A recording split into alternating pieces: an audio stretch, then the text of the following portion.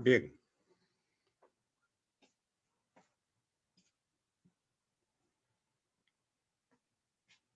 muy buenas noches, estimados amigos, amigas, bienvenidos a una sesión más de nuestro programa Alimento Espiritual en Cristo. Les damos la más cordial bienvenida a todos los seguidores de este programa, a todos los que en esta noche se han contactado con nosotros para continuar con el temario que tenemos sobre el estudio de la palabra de Dios, la Biblia. Esta noche vamos a ver un tema muy interesante que tiene por título la Iglesia de Cristo. Mucha gente dice pertenecer a la Iglesia de Cristo, mucha gente dice que ellos forman parte de la Iglesia de Cristo, lo cual está muy bien, pero pertenecer a la Iglesia de Cristo tiene algunos requisitos a cumplir, tiene también algunas condiciones, ¿no? Que esta noche vamos a evaluar. Muy bien, vamos a empezar entonces la reunión y el estudio de esta noche pidiéndole al Espíritu Santo que nos acompañe y nos dirija en el estudio de la palabra, puesto que Él fue el que inspiró la palabra de Dios. Oremos. Querido Jesús, gracias por esta noche que nos das la oportunidad de poder reunirnos contigo y estudiar la palabra que tú nos dejaste, nos enseñaste. A pesar de todas estas dificultades que estamos pasando en este tiempo, tú siempre estás a nuestro lado para apoyarnos, darnos fuerzas y seguir adelante en las tormentas de la vida. Esta noche pedimos de una manera especial que el Espíritu Santo nos acompañe, nos ayude a entender la palabra, esté con nosotros y en nosotros, de tal manera que podamos tener una correcta interpretación de la palabra de Dios.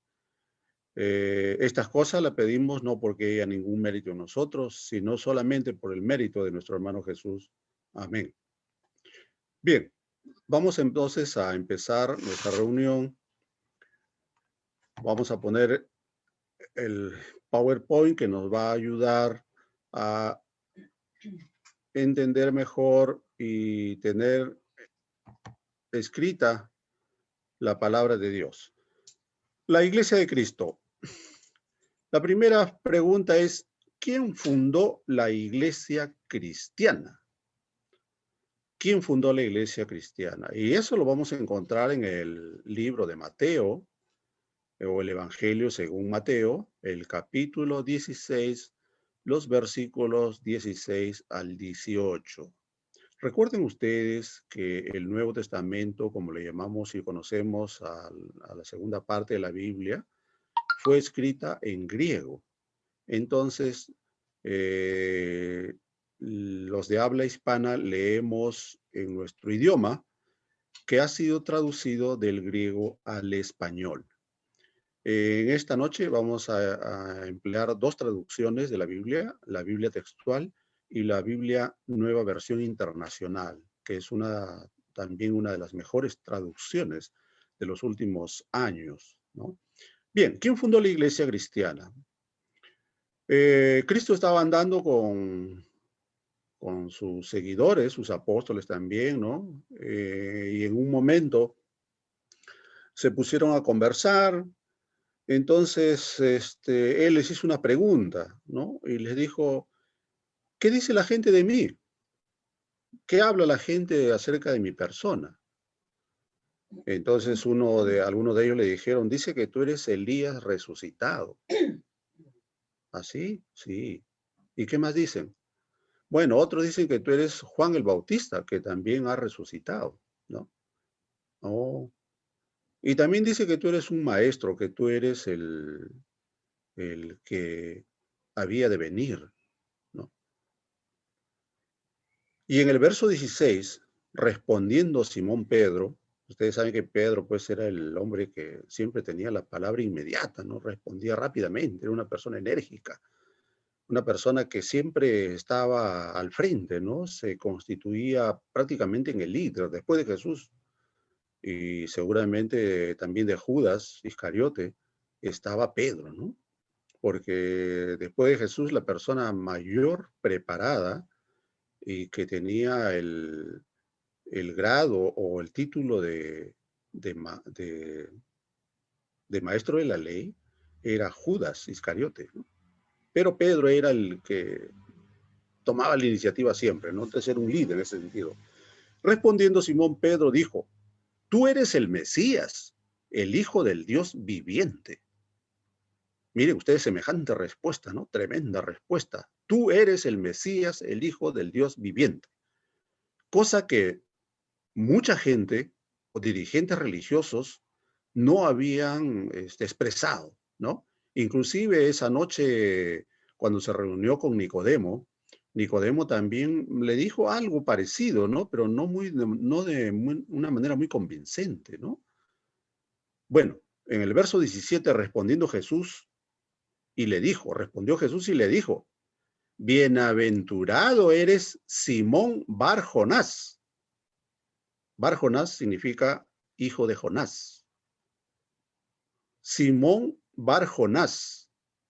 Miren que Cristo le estaba llamando con su nombre de pila a, bueno, nosotros ahora lo conocemos como Pedro, ¿no?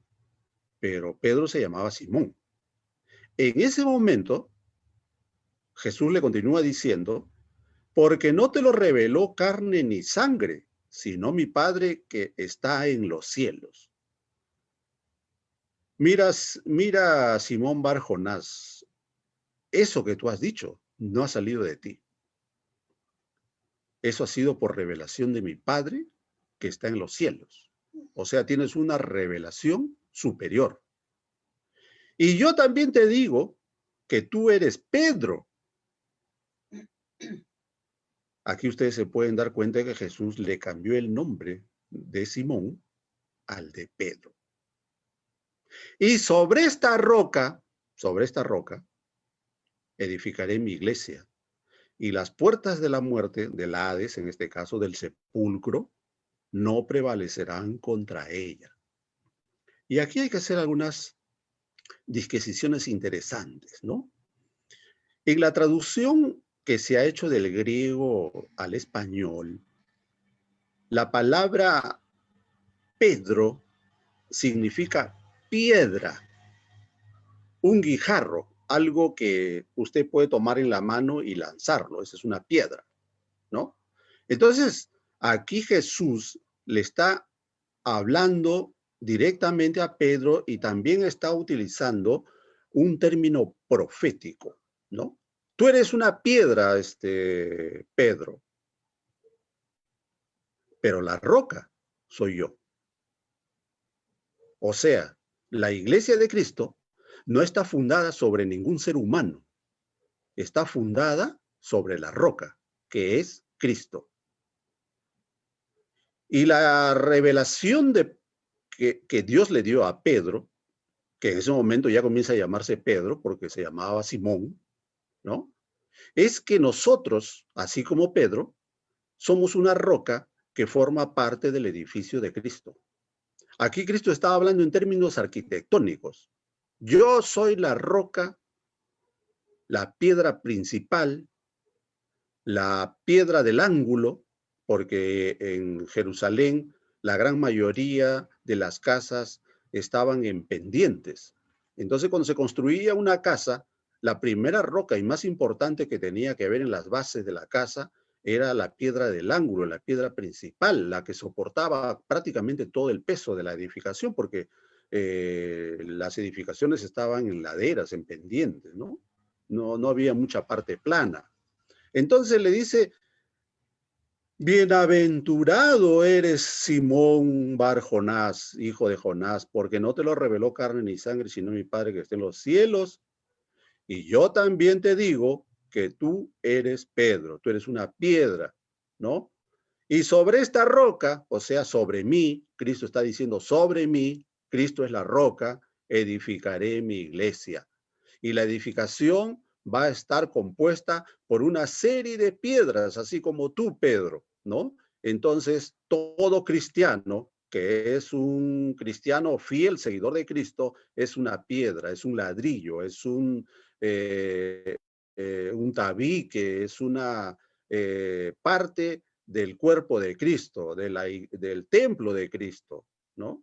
Entonces yo vengo a ser una piedra más, tú también vienes a ser un ladrillo más, ¿no? Y habla de piedras porque las piedras pues no se desgastan con facilidad. Las edificaciones hechas de piedra, mira, aquí en el Perú tenemos un gran ejemplo de los incas, ¿no? Gran cantidad de construcciones de piedra, ¿no? Que ya tienen cientos de años y continúan ahí. Entonces la iglesia de Cristo no es una iglesia efímera o transitoria, no. Si está fundamentado sobre la roca eterna que es Cristo, entonces las piedras los ladrillos que van encima de esa roca principal también tienen la característica de la eternidad. Entonces, la iglesia de Cristo, así como Cristo es eterno, su iglesia también es eterna. Y todos aquellos que formen parte de la iglesia de Cristo como una piedra o como un ladrillo, van a vivir la eternidad juntamente con él.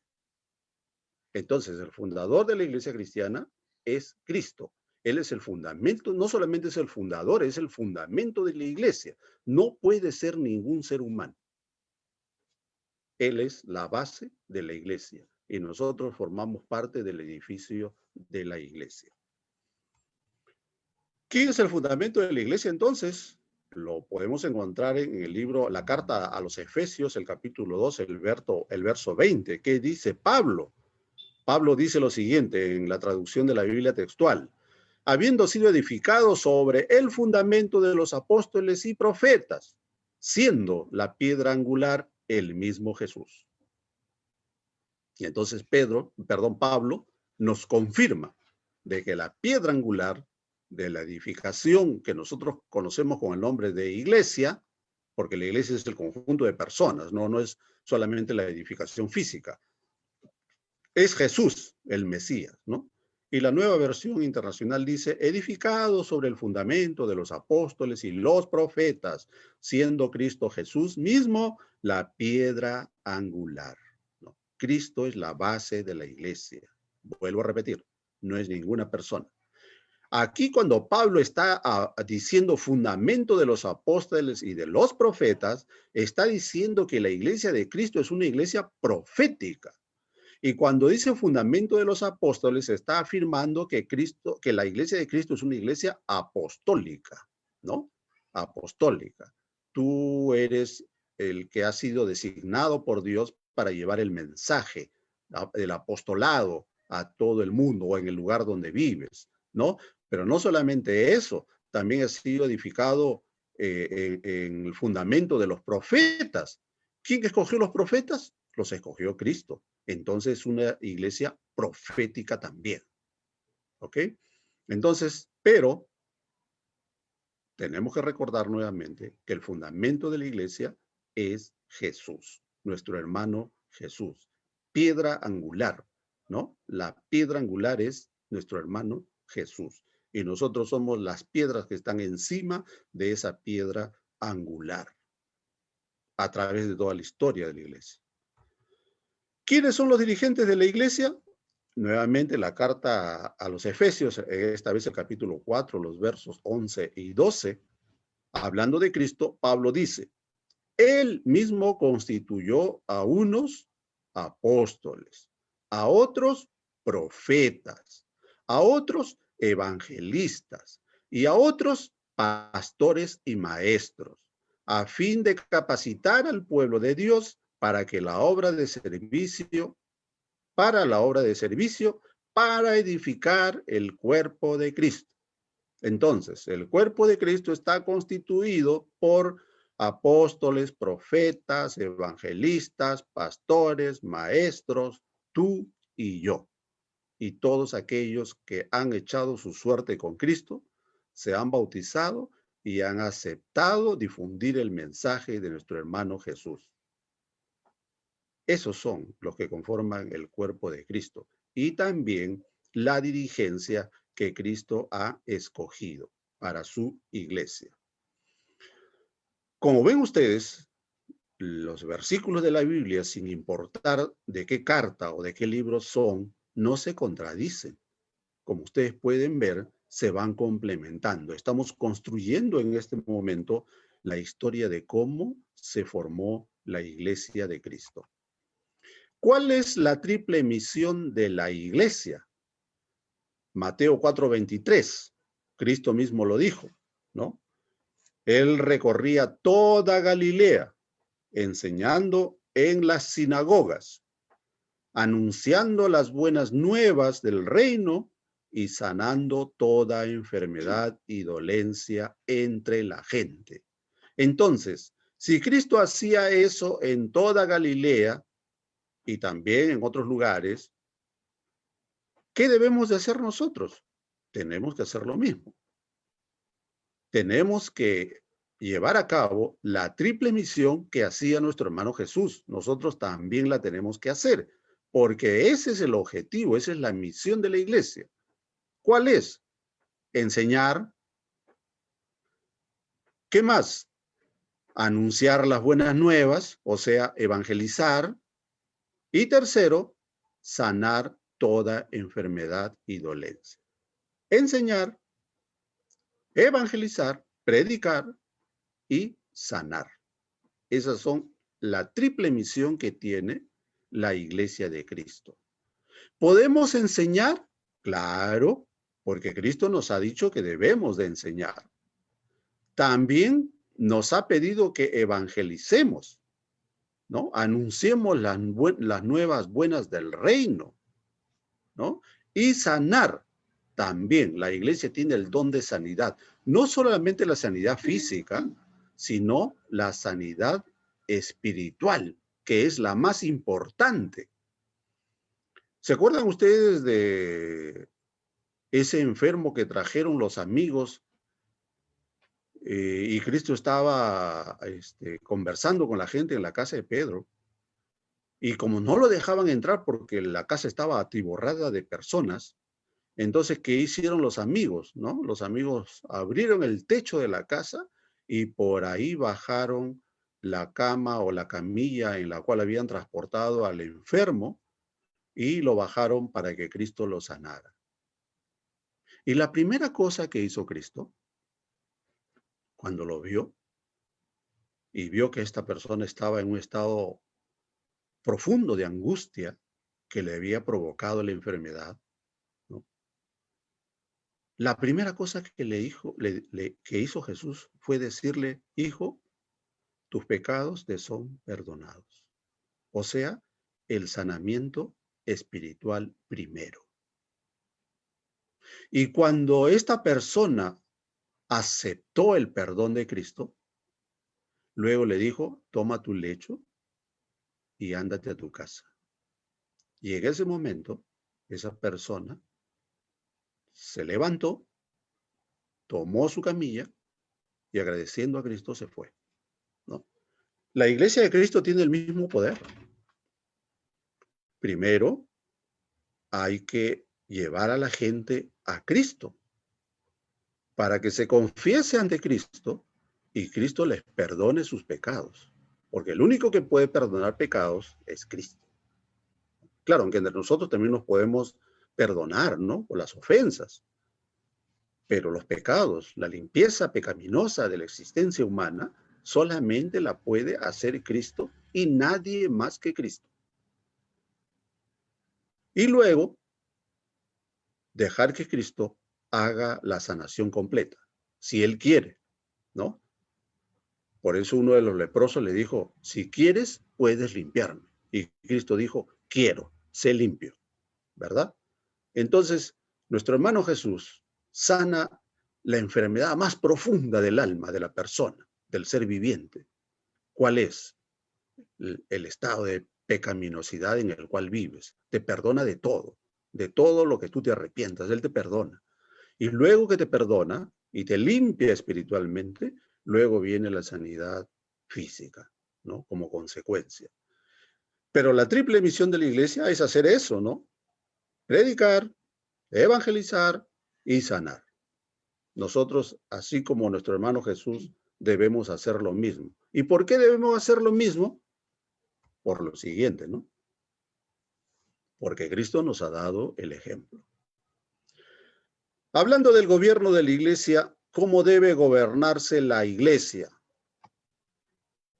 En el libro de Hechos, el capítulo 6, los versículos del 1 al 4, ¿no? El libro de Hechos, vuelvo a repetir, debería llamarse el libro del Espíritu Santo, porque el libro de Hechos que escribió Lucas, el médico Lucas, habla pues de la intervención directa del Espíritu Santo en la iglesia naciente, ¿no? Cristo se fue y él dijo, es necesario que yo me vaya, pero ahí viene el otro consolador. Él les va a hablar de mí, él les enseñará todas las cosas, él va a dirigir la iglesia. Entonces, el representante de Cristo aquí en la tierra no es ningún ser humano, es el Espíritu Santo. El vicario de Cristo en la tierra es el Espíritu Santo. No puede ser ningún ser humano. Así como la iglesia de Cristo no puede estar fundada en un humano, la fundó Cristo, entonces la continuidad de la iglesia de Cristo es el Espíritu Santo. Él es el vicario de Cristo. No puede ser ningún humano. Los humanos solamente somos los ladrillos, solamente somos los enviados, los encargados de seguir adelante, ¿no? Bueno, hay una experiencia en Hechos capítulo 6, versículos 1 al 4, donde relata Lucas que en aquellos días, al aumentar el número de los discípulos, se quejaron los judíos de habla griega contra los de habla aramea de que sus viudas eran desatendidas en la distribución diaria de los alimentos. Recuerden ustedes que cuando Cristo se fue, le dijo a los apóstoles, quédense ustedes orando aquí por 10 días y entonces va a venir el Espíritu Santo. Y efectivamente, ¿no? Cristo resucitó, estuvo 40 días con ellos y, y luego se fue y los siguientes 10 días se la pasaron orando y vino el Espíritu, ¿no? Y los poseyó a todos. Entonces comenzaron a evangelizar de una manera portentosa y la gente se convertía en un solo día, se convertían 3,000 personas, 5,000 personas, 15,000 personas se convertían, ¿no? A la iglesia de Cristo, a la iglesia cristiana. En ese tiempo nadie les llamaba cristianos todavía, ¿no? Recuerden ustedes que el nombre de cristianos se los pusieron los habitantes de Antioquia o Antioquía, ¿no? Que está al norte de Jerusalén. Entonces, pero sí iban aumentando gran cantidad de personas a la iglesia y cuando los familiares de los convertidos se enteraban que habían aceptado a Cristo como su Salvador, algunos los expulsaban de sus casas, ¿no? Entonces, o los desheredaban, en fin, ¿no? Y los lanzaban de la casa solamente con la ropa que tenían puesta. Entonces, había una gran cantidad de personas convertidas que no sabían dónde ponerlos. Entonces los hermanos de ese tiempo los recibían en sus casas, ¿no? Y en sus casas hacían las reuniones y compartían todo, ¿no? Compartían la comida, compartían la casa, compartían el dinero, compartían la ropa, compartían todo, ¿no? Entonces, pero comenzó a crecer tan rápido y de una manera tan explosiva que comenzaron a generarse algunos problemas. Entonces, los alimentos que debían de repartir a las viudas parece que no eran repartidas de manera justa, ¿no? Se privilegiaban a las viudas de habla judía y no se les atendía en su totalidad seguramente a las viudas de habla griega, ¿no? El versículo 2 dice, así que los 12 reunieron a toda la comunidad de discípulos y les dijeron, no está bien que nosotros los apóstoles descuidemos el ministerio de la palabra de Dios para servir a las mesas. Hermanos, escojan de entre ustedes a 7 hombres de buena reputación, llenos del Espíritu Santo y de sabiduría, para encargarles esta responsabilidad. Así nosotros nos dedicaremos de lleno a la oración y al ministerio de la palabra. Entonces, ¿cómo debe de gobernarse la iglesia? Cuando es una iglesia pequeña, los dirigentes pues son algunos, pero cuando es una iglesia que va creciendo o que se va reproduciendo, entonces tienen que haber mayor cantidad de dirigentes. Pero estos dirigentes tienen que estar llenos del Espíritu de Dios, del Espíritu de sabiduría, como dice aquí. Entonces tienen que ser personas especiales, no se puede poner como directivo de una iglesia a cualquiera. La principal situación que hay que entender es que esta persona tenga una relación profunda y diaria, permanente, personal con el Espíritu de Dios, con el Espíritu Santo, con el Espíritu de sabiduría, como dice aquí el libro de Hechos, ¿no? No puede ser cualquiera. Esa persona tiene que estar poseído, lleno del Espíritu de Dios, el Espíritu Santo. Eso sí pueden gobernar la iglesia de Cristo porque están dirigidos por el Espíritu de Dios, el Espíritu Santo. ¿Qué ejemplo debe seguir la iglesia? Juan 13:15, ¿no? Les he puesto el ejemplo para que hagan lo mismo que yo he hecho con ustedes. Eso es lo que tiene que hacer todo seguidor de Cristo. Seguir el ejemplo de Cristo. Hacer lo que Cristo hizo. Hablar lo que Cristo dijo. Actuar como Cristo actuó. Enseñar como Cristo enseñó. Predicar como Cristo predicó. Y sanar como Cristo sanó. Seguir su ejemplo. Ese es un verdadero cristiano que sigue el ejemplo de Cristo. Poéticamente podemos decir que sigue los pasos de Cristo, ¿no? Entonces Cristo mismo nos dice, sigan mi ejemplo. Yo les he dejado el ejemplo. Hagan lo que yo he hecho. Entonces vas a ser un cristiano verdadero, ¿no? ¿Cuál será la norma de conducta de la iglesia? El libro de Apocalipsis, escrito por Juan, el libro de la Revelación, como también le llaman, el capítulo 12, el verso 17, afirma lo siguiente. Entonces el dragón se enfureció contra la mujer y se fue a hacer guerra contra los restantes de su descendencia. Eso va a ocurrir en los últimos tiempos de la tierra. ¿Quiénes son esos a los cuales persigue Satanás? A la mujer, claramente la Biblia, a la mujer la llama la iglesia, ¿no? Entonces el dragón se enfureció contra la mujer, la iglesia, y se fue a hacer guerra contra los restantes de su descendencia, a los que viven en estos tiempos. ¿Quiénes son? Los que guardan los mandamientos de Dios y tienen el testimonio de Jesús. Ojo, dos características importantes tiene la iglesia de Cristo. Cumple los mandamientos de Dios, hablando del decálogo, pero también hablando de su palabra, de toda la Biblia, ¿no? Y tienen el testimonio de Jesús. Si tú quieres pertenecer a la iglesia de Cristo, tienes que buscar una iglesia que tenga estos dos elementos importantes, que cumple estas dos condiciones, que guardan los mandamientos de Dios, el decálogo, no que guarda un mandamiento, o dos, o cinco, o nueve, no, guardan todos, cumplen todos, se preocupan por enseñar y guardar los 10 mandamientos de la ley. Y además tienen el testimonio de Jesús. Esos dos requisitos fundamentales tiene que tener cualquier organización que pretenda llamarse Iglesia de Cristo. ¿Y qué es el testimonio de Jesús? El mismo Apocalipsis nos da la respuesta.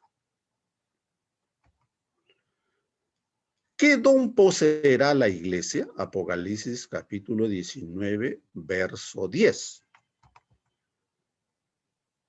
Cuenta Juan, relata Juan, ¿no? Se le presentó un ángel a Juan. Y Juan dice, y yo caí ante sus pies para adorarlo. Pero me dijo, mira, no, que yo soy consiervo tuyo y de tus hermanos, de los que retienen el testimonio de Jesús. Adora a Dios, porque el testimonio de Jesús es el espíritu de la profecía.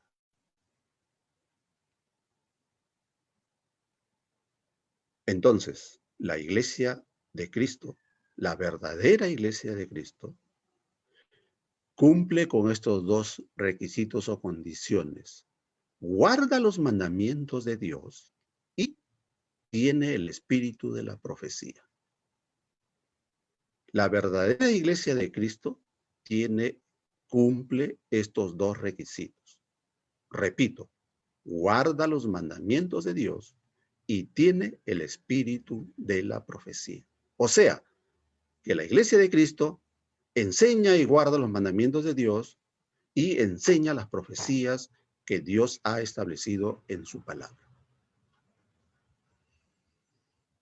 Esa es la verdadera iglesia de Cristo, a la cual todos queremos pertenecer. Si perteneces a alguna organización y cumple con estas dos condiciones, entonces esa es la iglesia de Cristo. Muy bien, hasta aquí entonces avanzamos y la próxima semana continuaremos con el tema, el don de profecía, ¿no?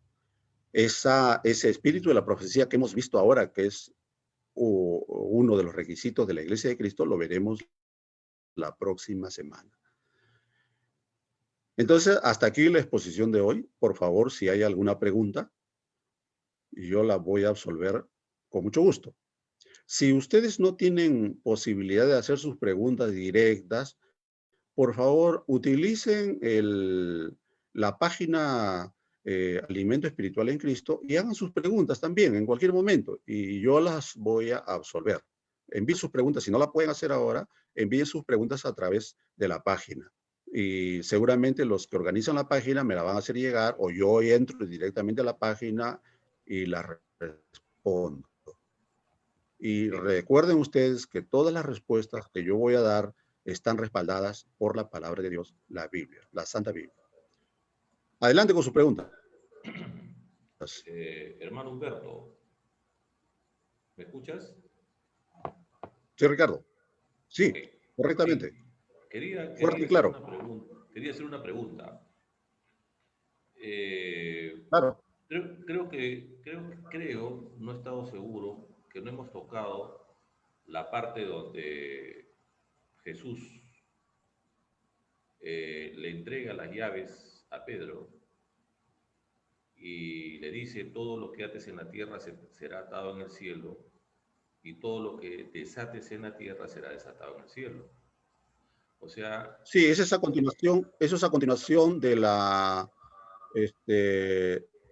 del Mateo 16, 18. Los versos 19 y 20 explican eso que tú mencionas. Ya, entonces en esa parte, siempre, bueno, me he preguntado cuando yo he leído esos textos bíblicos, y mi pregunta era de que, bueno, Jesús tanto poder le dio a Pedro, ¿no? Tanto poder y sobre todo le dijo que lo llamó Simón, le dijo, a partir de ahora te llamarás Simón, y le Pedro, te dijo, llamarás no, Pedro. perdón, lo llamó Pedro, y que significa, Pedro significa piedra, ¿no? La... Y le dijo, sobre, sobre ti, sobre esta piedra, Sí, edificaré mi pero se estaba iglesia. refiriendo a él, se estaba refiriendo a él mismo, no se estaba refiriendo a Pedro. Ya lo expliqué. Ya, porque, bueno, habría que analizar bien esa partecita, porque a él también le da las llaves del, la llave del reino de los cielos, ¿no? Y le da un poder tremendo. O sea, un poquito como que va con relación a la primera parte, ¿no? Sobre ti, sobre esta piedra edificaré mi iglesia, y después añade la otra parte, ¿no? Que le da ese poder tan grande. O sea que si nosotros hacemos una congruencia de ambas partes, se podría también deducir, o se podría decir también, de que Jesús utilizó a Pedro para que en él, como representante de Jesús en la tierra, se edifique la iglesia, ¿no? Se comience la iglesia, y que esa pregunta quería hacértela, hermano, para ver, para discernir bien, ¿no? Ok, sí, entonces ya expliqué que le está diciendo a Pedro que Pedro era un ladrillo más de la iglesia de Cristo, del cuerpo de Cristo. Cristo es la base y el fundamento de la iglesia, ¿no? Pedro es una piedra. Petrus es la roca. Petra es la roca. Petrus es la piedra, perdón, corrijo. Petrus es la piedra y Petra es la roca. Entonces le dice, tú eres Petrus, pero yo soy la Petra, la base de la iglesia, ¿no? Y las puertas del Hades no prevalecerán contra ella. Claro, pues, si Cristo es vida eterna, entonces la puerta de la muerte, del sepulcro, no pueden prevalecer contra la iglesia, porque la iglesia de Cristo es eterna. No solamente Pedro, sino le está diciendo a todos los dirigentes de la iglesia, ¿no? A la iglesia le está diciendo, y a ti te daré las llaves del reino. No le está diciendo solamente a Pedro, le está diciendo a todos los dirigentes de la iglesia en el futuro, a los que él escoja, a los que Claro, él ponga como profetas, como maestros, como apóstoles, como sanadores. A todos ellos le está diciendo eso, no solamente se lo está diciendo a él. claro, En realidad se lo eso, está diciendo a todos los discípulos, porque todos iban a hacer el trabajo de Cristo. Los 12, bueno, a excepción de Judas Iscariote, ¿no? Iban a hacer el mismo trabajo de Cristo. En realidad se lo estaba diciendo a todos. claro, en realidad está bien lo que tú dices, estoy de acuerdo contigo, se lo estaba extendiendo a todos, pero en ese momento se lo decía a Pedro. Lógico, lo que tú dices es lógico, que era extensivo también para lo que tú mismo acabas de reconocer, de que dices a los que él eligiera. O sea, en otras palabras, le estaba dando a él una responsabilidad para que él continúe y eligiera justamente después por los demás que él podría nombrar. Ahora, pero porque también en la Biblia hay varios versículos y varios capítulos donde Jesús lo toma a Pedro como una especie de cabeza, como una especie de líder, a Pedro, no a los demás, sino a Pedro. Tenemos también el episodio, por ejemplo, cuando Jesús resucita y le dice, Pedro, ¿me amas? Sí, Señor, ya sabemos, 3 veces le pregunta y 3 veces también le responde Pedro que sí lo ama. Entonces, le dice, apacienta mi rebaño. O sea, es con Pedro que Jesús enfatiza ese poder que quiere delegar en la tierra para que Pedro sea como la piedra, lógico, sabemos que Jesús es la roca, es verdad, la piedra angular, ¿no? Como tú bien dices, es el cimiento, vamos a decir así, y Pedro es la piedra, pero la piedra encargada por Jesús, para que él se encargase, y podemos nombrar varios capítulos en la Biblia también, de que Pedro encabezaba a los discípulos y guiaba a los discípulos, No, no, no. No fue así. Pedro ¿no? no encabezaba a los discípulos. Y el acto que tú mencionas cuando por 3 veces le preguntas si me amas, es que Cristo estaba haciendo un trabajo de, como se dice, especial con Pedro. Como Pedro lo había negado 3 veces, entonces Cristo estaba haciendo un trabajo de rehabilitación con Pedro, porque él había perdido imagen más bien ante el grupo, porque el grupo, sin decírselo, lo estaban considerando como no como un traidor, pero como alguien que le había fallado a Cristo. O sea, su imagen personal estaba muy deteriorada. Entonces Jesús para rehabilitar a Pedro en la orilla del lago, lo llama y le dice, ¿no? Pedro, tú me amas y voy a hacer un poquito la extensión aquí. En la traducción, o en el original, perdón, del griego, Jesús emplea el término amor de 2 formas. Emplea el amor filos y emplea el amor ágape. La primera pregunta que le hace es, Pedro, ¿tú me agapeas? Ágape, o sea, es el amor de Dios. Y Pedro le contesta, Señor, tú sabes que yo te amo. O sea, tú sabes que yo te fileo. Pedro no le contesta en el mismo nivel del amor de Dios, obviamente porque no puede. No, yo te fileo, le dice. Nuevamente Jesús le dice, Pedro, ¿tú me agapeas? Y nuevamente Pedro le contesta, Señor, yo te fileo. O sea, yo te amo con amor filos. En la tercera pregunta le dice, Pedro, ¿tú me fileas? Y Pedro le contesta, Señor, yo te agapeo. Esa es la traducción correcta. Lo que pasa es que en el español la palabra amor tiene otras connotaciones y ha sido traducido de esa forma. Entonces, aquí Jesús estaba haciendo un trabajo de rehabilitación con Pedro, porque su imagen estaba deteriorada en el grupo. Y Cristo veía que Pedro, obviamente, así como los otros apóstoles, iba a ser un dirigente importante, ¿no? Y otra cosa, en la reunión en Jerusalén, no fue Pedro el que estaba al frente de la reunión en Jerusalén.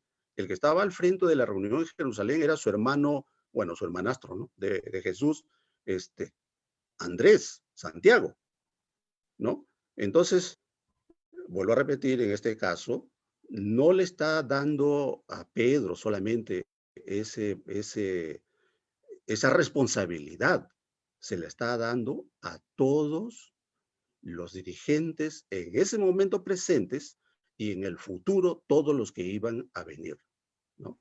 Entonces, porque le está dando el poder a la iglesia de Cristo, no solamente a una persona. Ok, hermano, gracias. Gracias. Bien. Si hay alguna pregunta más, con mucho gusto. Hermano, Sí, sí, yo quiero preguntar, tengo una duda. claro. ¿Me escucha? Sí, adelante. Ya. Usted dijo que acá en Apocalipsis que leyó el último versículo de 19:10, ¿no? El último. Sí, Ya. Acá dice que usted dijo que explicó que, o sea, debemos estar en una iglesia que cumple los dos requisitos, ¿no? sí. Claro, que uno guarde los mandamientos y luego trae el testimonio de Jesús. El testimonio de Jesús es el espíritu de la profecía. ¿Cómo? El testimonio de Jesús es el espíritu de la profecía. Ahí está en el verso 10 del capítulo 19 de Apocalipsis. Claro, entonces si es eso, entonces ninguna denominación cumple esos requisitos porque los mandamientos no podemos cumplir todos, cumplimos algunos. ¿Cómo puede ser eso entonces?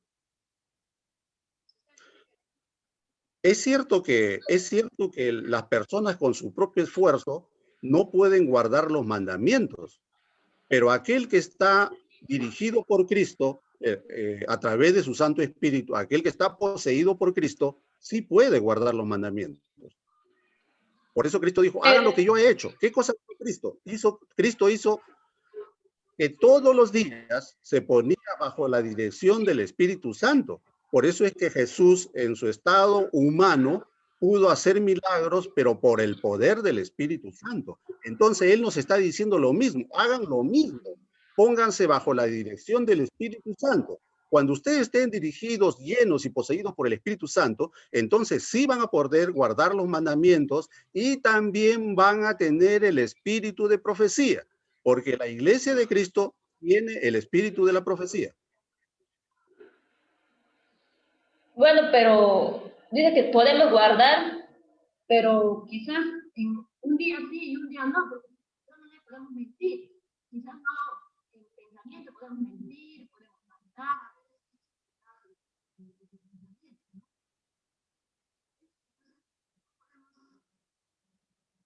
Cuando las personas se apartan, sí, Puedes cumplir los mandamientos, ¿no? Podemos matar, a veces claro, cuando las personas roban, a veces sin darnos cuenta podemos robar de un sencillo, ¿no?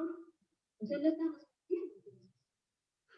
cuando las personas se apartan del Espíritu Santo o no piden la asistencia permanente del Espíritu Santo, obviamente que van a ser influenciadas por Satanás. Es por eso que hay que pedir todos los días y en manera permanente, vuelvo a repetir, la asistencia y la posesión del Espíritu Santo. Una persona que está llena del Espíritu, dirigida por el Espíritu, poseída por el Espíritu, entonces sí puede obedecer los mandamientos. Y también va a tener el espíritu de la profecía, porque el espíritu de la profecía es el Espíritu Santo. Entonces se cumple en esa persona esas dos condiciones y esa persona pasa a formar parte de la iglesia de Cristo. guarda los Hermano. mandamientos y tiene el espíritu de la profecía. Ya, gracias. Muy bien. Bien, si no hay ninguna pregunta más, entonces, muchas gracias por su atención, gracias por sus preguntas y si necesitan mayor explicación, por favor, hagan llegar sus preguntas a través de la página y las vamos a absolver. Voy a pedirle a Karencita que por favor nos haga la última oración de despedida.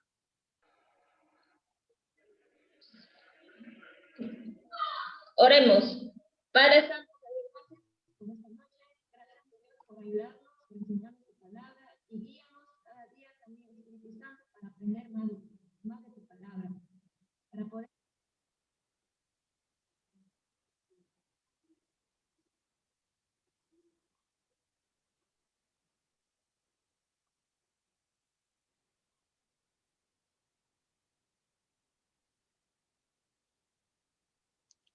Amén, amén.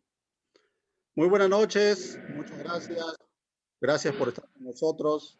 Que tengan una buena noche, por favor. Bendiciones. Hasta luego. Cuídense mucho. Hasta luego.